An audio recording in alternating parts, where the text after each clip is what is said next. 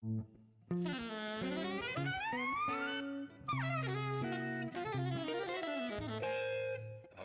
Jazz.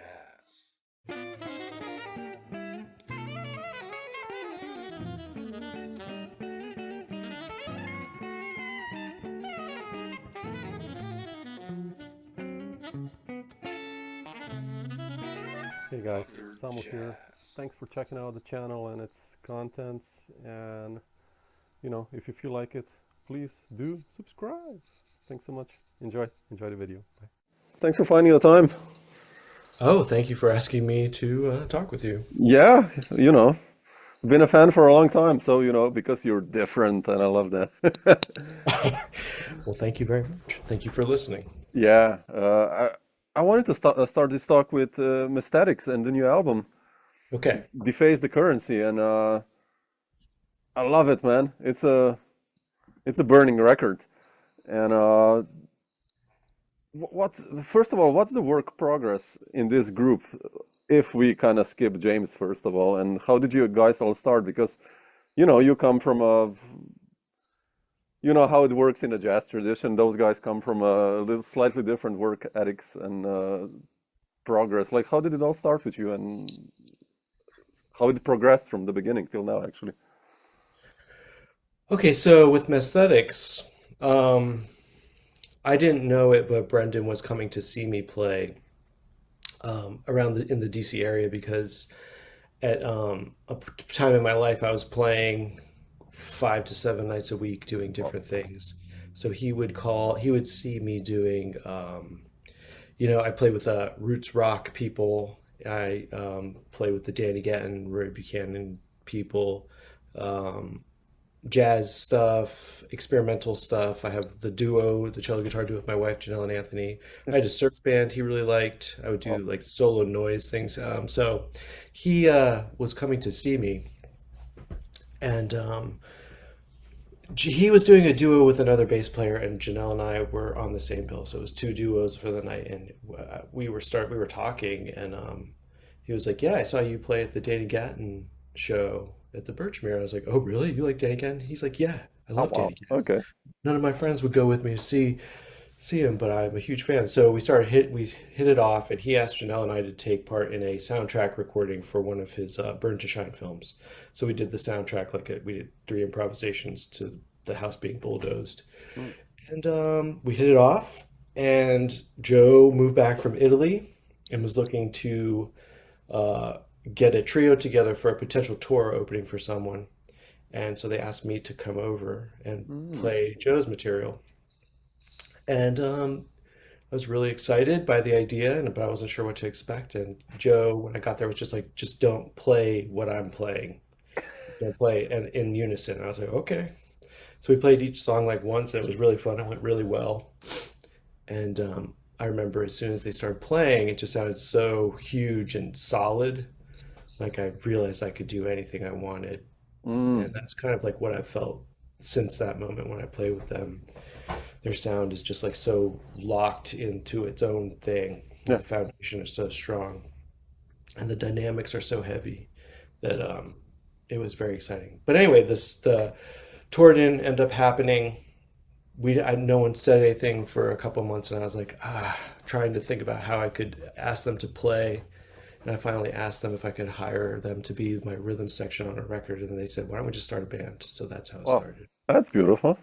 Yeah, it Wow. was the best way it could have happened for me. That's amazing. Yeah. Yeah, you So fit perfectly, with your style, which is kind of very open. You can be very minimalistic, you can be very dense as well. And they as well, actually. I didn't know about them. I mean, I knew the Fugazi stuff and all that, but I was surprised, especially in the last record. I think it's like really, if you go back like, I don't know, 6 years or 7 years, the previous records, this one is really, you're even more compositionally also pushing it forward, I think. And yeah, like that second tune, what is Gestations, I think that's really cool. thank you so much. I am very proud of that one. Yeah. That's But, very. what's your process when writing this music? I mean, obviously it's knowing you're writing for the band, right? For this group, or not really. Well, that song is you know the Joe Morris. Well, yeah, you interviewed Joe Morris. So Sure, the I know. book, I'm a you know, fan. when Yeah, he's talking about the unit structure stuff, I was sure. writing my own vocabulary having after talking to him, and those that melody is actually three separate little like unit structure pieces I composed and I was using.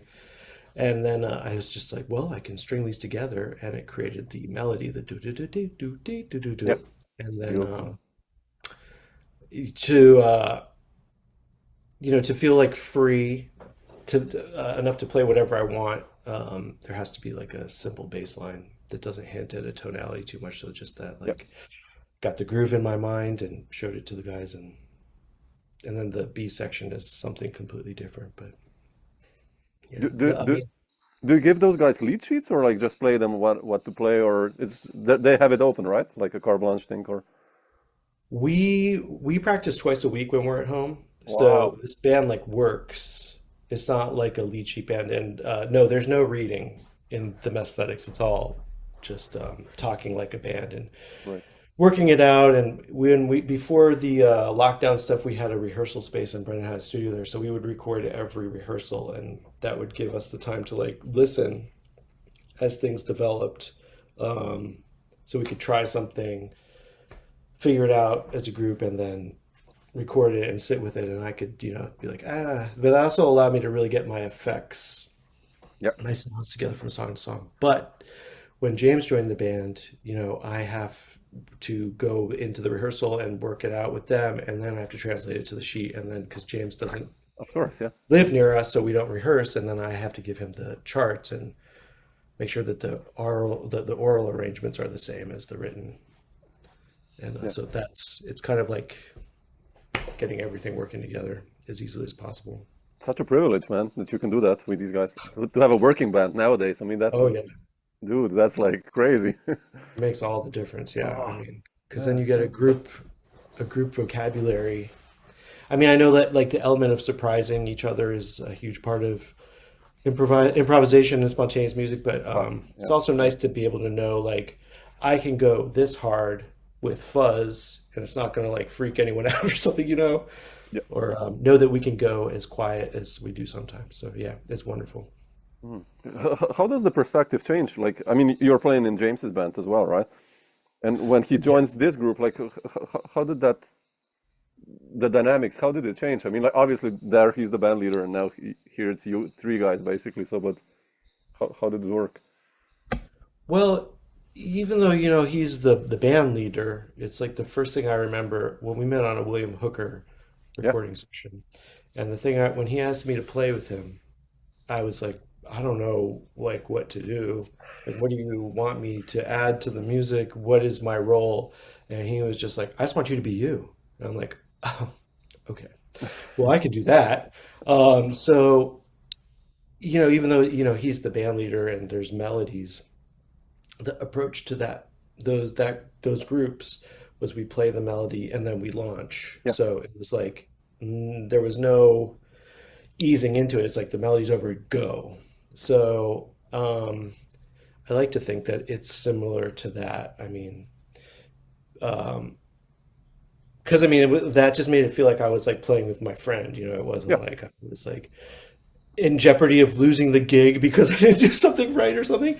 It was like so that's kind of what it feels like now with these guys, especially Joe and Brendan and I have been.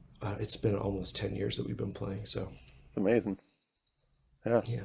yeah, But also we leave space for yeah, yeah, yeah, James. So it's not like when I say I write charts, it's like there are like open sections where it's like, James, this would be a nice spot for a melody. Or on the new record, he brought in Clutch. That's his song, and we just like played it. So yeah, there's room. he fits perfectly, yeah, into this sound. I Hmm. love it. Thank you. It's really like a band. Yeah, I love this group, man. It's like Jimi Hendrix on acid, adding saxophone or something. I don't know. No, I'll like take in a it. positive sense, man. Like, but Hey man, Jimmy's the truth. It's all good. I love it. It's just like really. Uh, how did you end in James's band, first of all? Because you've been playing well, probably the same time as Mastatics, right? Almost, or a little bit prior to that. Or how did that happen? How did he find out about you? I mean, Well, just from being around DC, there's a series, the Transparent production series that would bring people from New York and Chicago and mm, all over. And Janelle and I would just always go to the shows. So we knew the people that were, putting the shows on. And they had the idea that William Hooker should come down and play solo, and then I should play mm, duo with him. So, it's cool to go to shows. I mean, a lot of the times I don't see a lot of people playing like at shows, but we were just like kind of around. So these opportunities present themselves. But once that happened, he would come down and we would play a trio with Luke Stewart and then a quartet with Janelle. That was a nice one too. But he wanted to do a recording. So I drove up to New York for the day and did the recording. And it was John Arabagon, Luke Stewart, William, and James. And I didn't know James at all. And I was playing, and the whole recording session was just like we played for an hour, and that was the record. And then I was looking at James, and he was like looking at me very seriously when I was playing. Like, oh my God, this guy hates my playing. And little did I know he really liked it. So after we were done, he was like, "Hey man, you sound really great." And I was like, "You sound great too. Your tone and everything is just like amazing." So we went out and ate and just like talked, and I was just like, I really enjoy talking to this person. And I called him once, and it was like shortly after meeting him, and I was just like, "Hey man, what's up?" He's like, "Hey, what can I do for you? What do you want?" I was just like, "I don't know. I was wondering how you're doing." So I mean, we just became friends, and then this was shortly after my first cuneiform trio record with Mike Formanek and Ches yeah, Smith. that's a good one. Yeah. So that's how. And Janelle and I had done a record 2 years before on cuneiform too. So it was right after that, and this was like a couple years before, uh, 2 or 3 years before Mesetics got started. Mm, yeah. Oh, yeah. That's 214. Yeah, or something. Yeah. Yeah, so and then he just started asking me to play as an extra member in his trio, and I was like, this is great because they were going hard, like they were going really hard. I mean, Trey's an amazing drummer, but like the dynamics were just like at 11, and Luke was going crazy, and then when we got the band going with Jamie Branch, that was also great and very special. Yeah. Yeah, I love how you fit in that, it was a trio and then like you're like this nice spice on top and it's like, ooh, I felt very fortunate because, really yeah, cool. he would take me on tours to Europe, and Yeah. um, I just felt, like I said, very free to do whatever I wanted, and all those guys were and are my friends. So again, that's like also super important to me to just be like have the personal connection, because then the Yeah. music is just wide open. Yeah, yeah, absolutely. Yeah. Uh, how does this, I mean, I was listening today to the Hunger Artist and I love that track Bleed. For real? Yeah, yeah, I love that track. I love that. It's Jason and Luke, like as a rhythm section. I love those guys. I mean, and compositionally as well. I mean, the improvising, everything. Uh, have you been doing something as a band leader as well besides Mastatics and like, or have you been preparing something new on that department? You mean like that record? Yeah, yeah. I mean, like under your own name, like because Mastatics is like a collective, and Oh yeah, that record was a specific reaction to what happened to my friend Jamie. So the first uh, side of that release was like my version of honoring my friend, and then the second side was like all people that had a close relationship with her and those people. So it was that was a very special record for me, and it was just like happened real fast.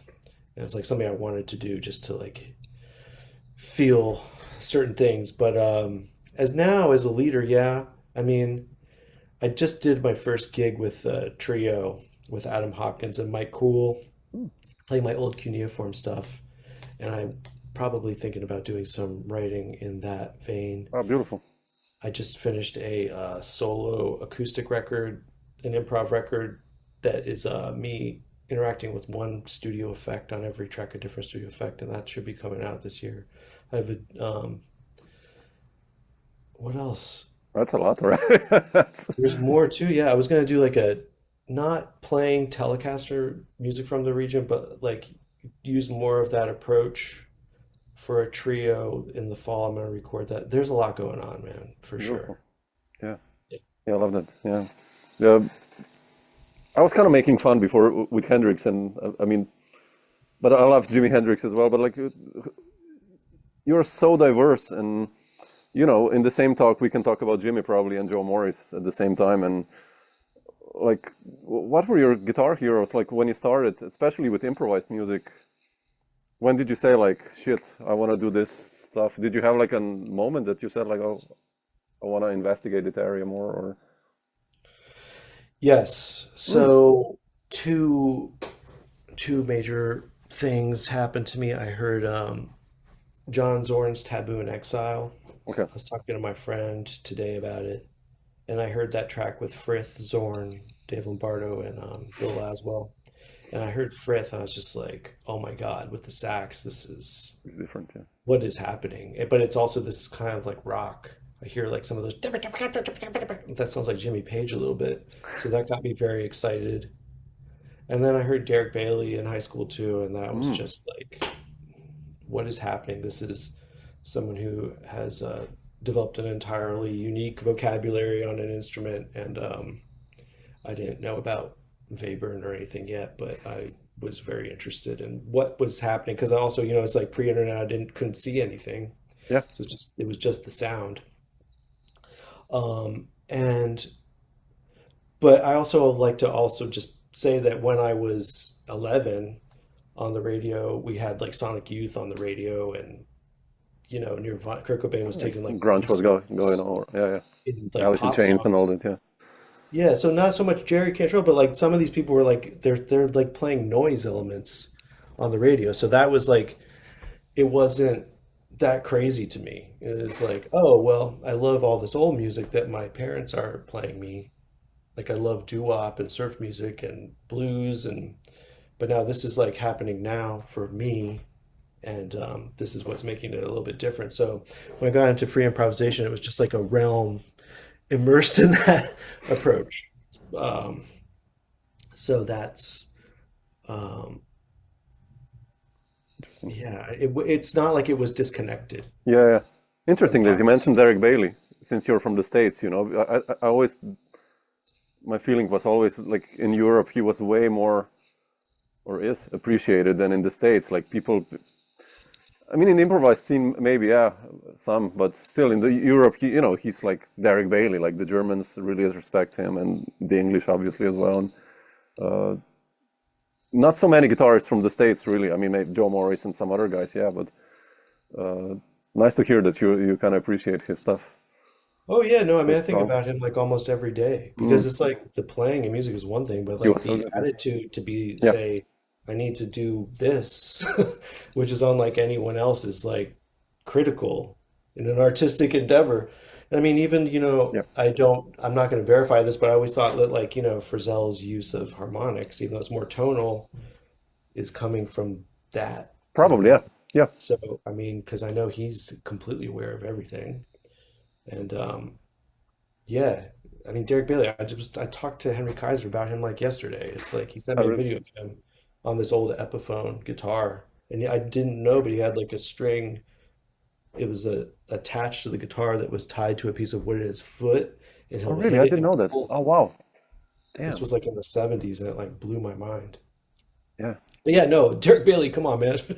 No, it's like, especially your generation, it's like this kind of post Kurt Rosenwinkel, all these guys playing these lines, and Yeah, you know what I mean? It's like, and not so many guys really investigating that, let's say, older improvised British stuff, and it's yeah. nice to hear that. So, Well, I appreciate that. And I oh, got to buy his book, Improvisation from him, which meant the world to me. It's right there.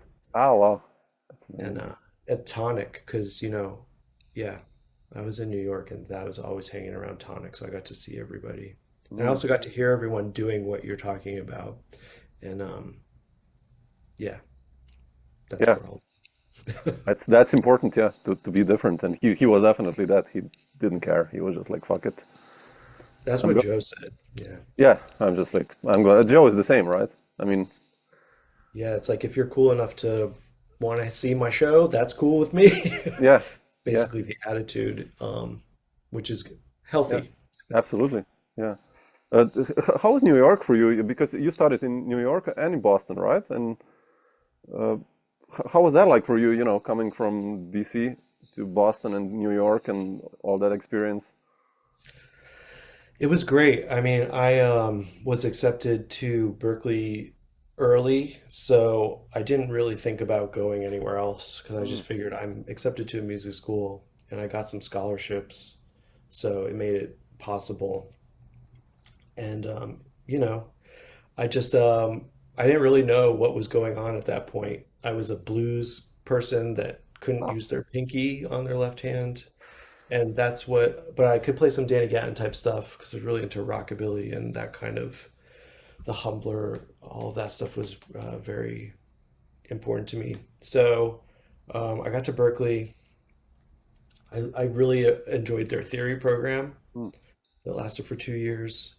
And what I liked about it was I felt like I could explain everything to myself after those 2 years. Even if I didn't know the correct technical term in classical music, I could understand what was happening, even as like clusters or intervallic sonorities. So it was a great experience, but I felt like again, pre-internet, I wanted to be in the room with the players that were making the music, just to feel like what it felt like to be mm. in the music. Um, and I couldn't go out and I felt like I couldn't go see shows in Boston because of all the colleges. I felt like everything was 21 and up. And I was about to turn 21 then, but I wanted to see this person and that person at the Vanguard or whatever. So I found a way to transfer to NYU. Mm. And the main thing was for me being in the room, like across from my dorm, what the downtown music gallery, the CD store was there. So I would go to Tonic and see someone play, and then I would that would be like my database. I'd go in and I'd go to the section like, oh, this person plays with this person, and I just start keeping an eye out, and I kind of learned about that scene that way. And Right, yeah. I didn't really play very much with people because I was very shy. And I started playing with people maybe the last year of school in New York. And I had a trio with Billy Lukasakos and Max Goldman, and we played a lot. But I just kept a low profile. I was trying to learn just because of basically insecurities. And when I transferred to NYU, I was like, I should probably take this technique thing. So I got my pinky working, and I I was like, I should learn more about jazz because I'm in a jazz program, and so then I started taking it more seriously. Um, So you went through the standards kind of repertoire as well and everything like that, or? yeah, I mean, yeah, for sure. I Oh, mean, I spent okay. time with it. It was like, but I always approached it as like, well, this is going to take this amount of time to learn this song. I could write my own song too in this amount of time. So it was like when I moved back to DC after school, I was playing like straight ahead gigs, and I knew enough to get through them. Mm, I knew enough songs to get through, but I would never go to a jam session. Like I still would never go to a jam session just because I would be too nervous.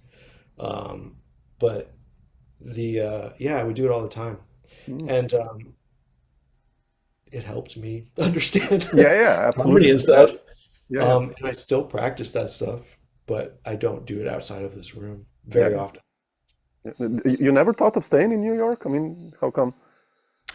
Oh, I did. I was You going to did. move Okay. down here for 6 months to see what it was like to teach Ah, okay. and then move back. And I just, there's a couple things, it's like Tal Farlow moved back to his hometown. And also, there's this Jim Hall documentary where he talks about everybody should spend time as a musician in New York to feel the intensity and the energy of Yeah. what's happening there. And then you can take it anywhere you want. And then there's also that Miles Davis movie where the guy goes to Paris and he's like, you should just play for your community at home. So I had this feeling that my friends were here, and I wanted to play with my friends and just be comfortable and with them playing music and teach instead of like this kind of whatever goes into being in New York or LA or something like that. I mean, my favorite instrumental music was coming out of New York Yeah, at the time, and I would have loved to take part, but it was like I wasn't feeling confident enough to like try to, insert myself into any kind of scene. interesting. Oh, interesting. But you kind of like, I mean, I listened to Beginning to End the other day, and I love that Summer Fog. I played it a couple of times with harmonics. You know that tune, like that's such cool stuff, man. I'm kind of, it's you mentioned Frizzell before, and it's like Frizzell meets Derek Bailey or something. And Like, you started to explore immediately, like also this acoustic stuff, right? And improvising on it. Like how did those albums happen in the beginning? And I mean, your solo well, explorations like that. oh sure, yeah. I love because of Danny Gatton and Roy Buchanan. I mean, country Mm, music is something I couldn't ignore, and I at the time especially loved the function of guitar in country music. I wouldn't put on like a country song to listen to it, but the guitar oh, vocabulary was like so crazy, specific, man. Yeah. Yeah, what's that? It's crazy what they play, right? Those guys. Oh yeah. So I mean, and it's like there was like a thing where there's this D lick that is on like late 60s songs up to like now. So it's just it's exciting. And then also, since I was playing in roots stuff around here, I was happy to learn it and interested in Danny Gatton and stuff. But anyway, I read an article where it's like, well, if you want to learn country guitar, you should learn bluegrass. So I started looking at bluegrass stuff, Mm, and then Janelle and I started have had we went to high school together, but we became friends and when we were in college, when I was back home from school, and just playing cello and guitar was such a nice texture. So we learned some old time music, and we had a friend that was in West Virginia getting a grant to study music out there, and so he taught us a few songs. And um, John Fahey is from like 10 minutes from where I am right now. mm. That again is another regional guitarist that I thought the compose his composing was just like one of the best things I've ever heard. I mean, it's like this is mid 60s and it's sounding like very contemporary approaches to composition, even though he's just moving his hand and playing some open strings ring. It's like the way Yeah, it's like hitting was really speaking to me. So John Fahey, old time music, bluegrass, and then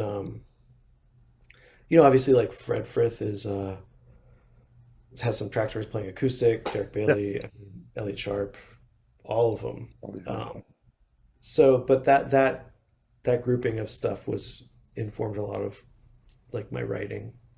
Mm. So when I was playing with Janelle, it was like when we stopped playing. Oh, Norman Blake too. He had a duo with his wife Nancy who played cello, and I thought it was really cool. And we started learning some songs. I was like, why don't we just write some songs? So I wrote some parts and I brought it to Janelle and said, could you write a melody to this? And it's kind of like it just happened. Yeah, yeah. Interesting. What about you mentioned the album with Formanek and Chess Smith? How did that happen? Because you were kind of that's kind of the New York guys, the top rhythm section. I mean, those guys played together a lot, right? And you gelled in perfectly in that band and the music. And Thanks. Well, Formanek was living in Baltimore. oh yeah, So exactly. He was. Oh yeah. so he was like Janelle and I when we were about 29 started driving up there because there was Adam Hopkins had this collective of people called Out of Your Head, and it would mixed Towson students, Peabody students, and then just like improvisers from the High Zero kind of community and the Red Room community. And it would pool, I think there were maybe like 50 or 60 people in the pool, and every 2 months you would be randomly put into a group um, at a club called the Wind Up Space, and we would get 2 sets to improvise. So I can't remember how. Oh, Janelle was in the High Zero. That's how she met Susan Alcorn in Mm. 2008. Oh So man, she yeah, yeah. got tuned into that, and we were almost going to move there. We went up to rent a place, but it rented the morning that we went up, so we didn't move to Baltimore. But the first when I showed up there for my first improv session, it was Fender Rhodes, drums, me, and turntable, and I was like, "Oh man, this is gonna be fun." And then it just turned out everyone was really amazing at improvising, and we did that for many years until Adam moved to New York. Well, And that was a really great thing. We like there was no payment or anything, but it was just like we would drive and we would do crazy things. Like we would hear Fred Frith was going to be at the University of Virginia, which is like an hour, 2 hours away for a week, and we'd drive every day just to like go wow, see man. him give a master class with Evelyn Glennie or whatever. But I mean, being around in the Baltimore scene, Formanek was also playing with those people and with Susan and just being active. So I didn't know him, but Susan asked Janelle to arrange her music for a performance at Issue Project Room in New York. So Janelle put this band together. It was me, Janelle, Avon Kong, Jessica Kenny, Schoolie Sverrisson, and Doug Weisselman. And Oh we wow, played good. all of Susan's music. And Janelle was in Seattle and arranged the whole thing. And that came out on Stephen O'Malley's label. And I'm really proud of that record because Oh it's man, I have to just a find that. performance. Wow. Yeah, I'll send you a link, but Oh please, man, it's I really love just to hear that. oh yeah, Janelle killed it with the way that with the ensemble writing. It and the whole thing is just a performance from beginning to end. Mm, And Susan, I mean, I'm so glad we got to see her a month before she, yeah, passed, but um her composing, I know. Yeah, she's a master improviser, but her writing like Uma's River Love Song and yeah, that stuff is just like some of my favorite composition. it was really And good. again, it's like that's a person that came from country music. Yep. And so I always think about like true melody coming from those kind of old songs. And for me, it was like doo-wop in early rock and roll. It's like, uh, it's kind of cool what can happen when that's internalized. But Yeah. anyway, Formanek was at that show, and I knew that I could ask him, or we talked, and I was like, I kind of want to do a recording. Would you be interested? Like, I didn't feel like I was good enough to play with him, but he said yes. And then I have a friend who knew chess, and he kind of vouched for me, and he was like, I just asked them, and they said yes. That was a long answer for I just asked them, and they No, no, said no. yes. Come on, man. Sorry That's why about that. we're here. I love it. So But yeah, I was like horrified because I didn't think I was good enough at all. interesting. And Wow. I actually almost canceled the session. I was just like too scared. And then, because my idea was like, I told them too, I was like, I'm just gonna like, we're gonna record and then I'm gonna overdub all my solos. And we recorded and I just started like, I kept everything. I was just like so insecure, but everything worked out. And I was just like Great grateful record. to those Yeah. guys. They came down to Virginia and Chess came down for both records, and that's something I'm like just exceptionally grateful for. Mm. But it's basically just from being out there on the Yeah. scene and like having friends, the friends of friends, and people vouch for you. Ah, it's a strong record. It's like a guitar trio record, but it's way much more than that. Not your typical, bass, drums, guitar, which can be so boring in many modern settings. But that one is really like, ooh, okay. Well, I spent months after doing overdubs. So, because that's what I wanted to avoid. That's what I kind of always wanted to avoid with records is just the document of the exchange. Yeah, So, I love how records can create an environment and you can use the studio as a tool. And that's where my interest is. With the Mesetics, I had to really get over it because um, that band just tracks live. And I'll fix things if I make a mistake on my own records. But in Mesetics, I had to basically say, I have to be cool with whatever's happening. And that's been very good for me because you have to let go of let it go. Yeah, perfectionism. And yeah, but yeah, interesting. Is thank you there? for saying that. Yeah, I mean, I really like that record. And is there a strong improvised scene like in DC? Like, can you play a lot? Or I mean, you probably mostly play around the States, right, and in Europe as well. But are there like improvised gigs or Well, when we started, there was a scene called Sonic Circuits, yeah? and it's actually right down the street from where we ended up living. We live in Maryland now on the other side of the Beltway, Mm, a mile from DC, and we grew up in Virginia, in the suburbs, Janelle and I. And we would come out here because the Sonic Circuits stuff would take place at this art gallery called Pyramid Atlantic. And it was like a lot of electronic based improv, experimental music. So we were in like a turntable ensemble with caliphones. We were playing with people like the person who ran it, Jeff, would bring dry ice, and I would do duo with him playing metal on dry ice or something. And that was very separate from the jazz scene. So if I wanted to do any kind of like free jazz or more jazz based free yeah. playing, I felt like I had to kind of try to convince people that were playing straight ahead around town to do it, and it was fun. But then, as you know, things started developing in the city. I met Luke Stewart when he was a student at American University, and things started changing because then he was a big part of kind of booking and Oh, he's with really active. Geo as well. Yeah. Geo and he for Capital Pop would start booking shows. Like they would bring in Peter Brosman and Joe McPhee and have me open them for them with a Mm. sextet. And there was a things started becoming a little bit more like jazzy. If you know what I mean, I since you know know what the you mean. I music, know what but you mean. Yeah, yeah, exactly. it Right. wasn't like it's like electronic based Yeah, yeah, experimental yeah. music. It became more like that kind of thing. And so yeah, but as of now, especially after pandemic stuff, I got very busy with Mesthetics, and we have Rhizome, which is like the main spot for creative music here, Okay. and there's a lot going on always. So there is a great scene, there's a great community, there are opportunities to play, people come out, and yeah, I mean, I have had a great experience here, but I also know that we're very lucky. Yeah, So. yeah. Interesting. um, Yeah. Uh, Anthony, not to take too much of your time, I just wanted to ask you, how did you hook up with the elders like William Hooker, you mentioned, and Henry Kaiser, and all those guys, who are quite under the radar, to be honest.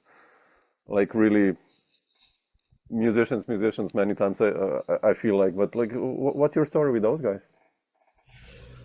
I so like I said with William Hooker, it was from going out and playing at shows, or no, going to see shows. Like the promoters were like, "Oh, they're," because I mean we were like in our 20s and we were dressed kind of weird.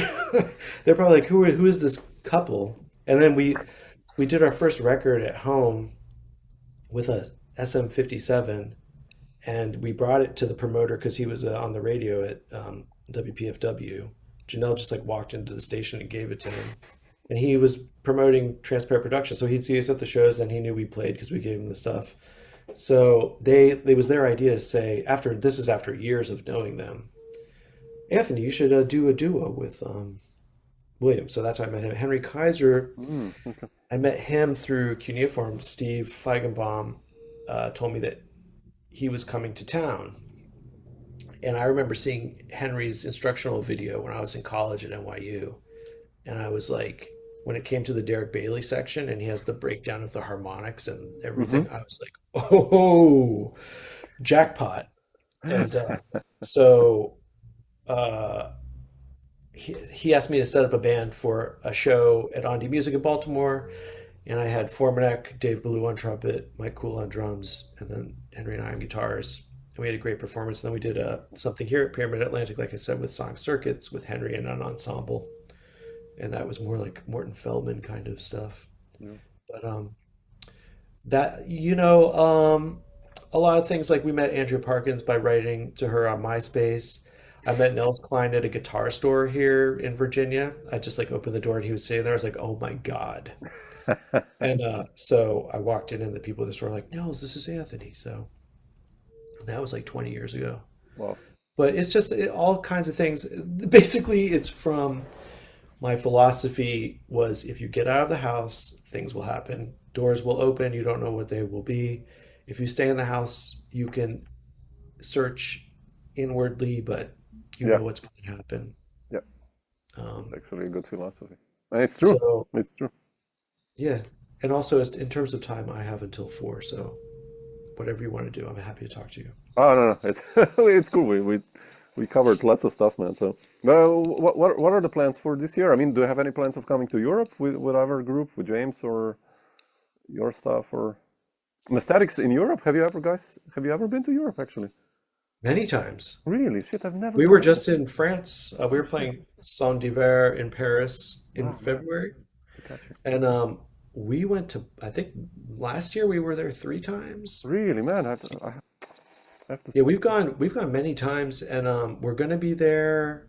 I think at the end of October into November. Okay. It might be 3 weeks. Wow. Um, so That's with James as well, or? yes, Oh, beautiful, man. Okay. uh, we're going to go to the Pacific Northwest in the States next month, and then I do 2 shows here and in Charlottesville with Janela's Ensemble Volcanic Ash. Then we hit the road again for US. We're going to go down to the south and up through Canada and Wow. back down to the East Coast. And there's lots of stuff coming up. We're playing the Wilco Festival. We're Mm. playing the New York Guitar Festival. Oh yeah. But there's a lot. Like that band plays, and that's what the with the new record, Deface the Currency, it's like the band played a lot of shows. So when you talked about that openness, it's just everyone got very comfortable playing um, the songs and just with each other Yeah. and stretching. Like James and I would go off in his band for like an hour without stopping, and the Aesthetics would have tight arrangements early on with like Serpent Tongue. That's why I wanted to include Serpent Tongue on this record because it shows how the band is now like not afraid to go Mm. to the free realm and bring it back. So it's exciting to show the evolution of the Yeah, yeah, group yeah, after playing and working. yeah. That's what we started this talk. When I said like, when you listen to the previous stuff, it's like the latest record you see. It's like really improvised and compositionally. The level is like, whoo, dude, I love it. And I with the really rock intensity behind it, and that's like so cool. no, I appreciate it. Like I feel very lucky that in 2026 we're able to release something like Universal Security at this level. Yeah, Where I was sitting here in this chair and I'm like, I accidentally put my delay pedal in front of my rat and I was like, oh, that sounds really cool. I think this is what we're gonna do on this song. And then there it is. yeah. You have a rat as well? You do, right? I have many rats. I've Yeah, had many I love rats. the rat. I have like an 81. Oh, The big so boy, the big boy? yeah, yeah, I mean, like, the weighs like 6 kilos. No, I'm kidding, but it's like, from steel, like really all rusty and everything. But when you just press it, it's like, dude, that's the sound. Like, no amp simulators, nothing can replace that. It's just like, No, that's what I heard. So I was just in LA recording a Sunny Rock tribute record, and that's what they said he was using, mm, the big box rat. I have an 86, so yeah, I'm but getting my pedal board ready for big ears, and it's like out of control in this room. I'm so grateful you can't see the floor because I would be so embarrassed. that's good. That's cool, man. Fantastic, man. Anthony, I'll leave you a nice so that you can chill before your lesson. But uh, if you're when you're in Europe, drop me a line if you're close to Slovenia or something. We Yeah, can I get would love that. I would definitely do that. we get together for a beer or dinner or even play or something. I don't know if you'll have a day I off. would We love have a that guest so room much. here, so whenever you can. That would be amazing. I Yeah. mean, thanks for listening to my music. Oh man, I really appreciate it. I love it. I love it. Just keep doing it. What you're doing. So I'm in too deep. I can't stop. I can't stop now. that's good. That's good. Fantastic. Cool. Uh, I'll send you a link when this is out, and we can share it then and everything. So, and Okay. I'll leave it as a whole as a impro. Yeah, that But sounds great. I really yeah, appreciate it. cool, man. Uh, Stay in touch. Okay, And sounds good. cool.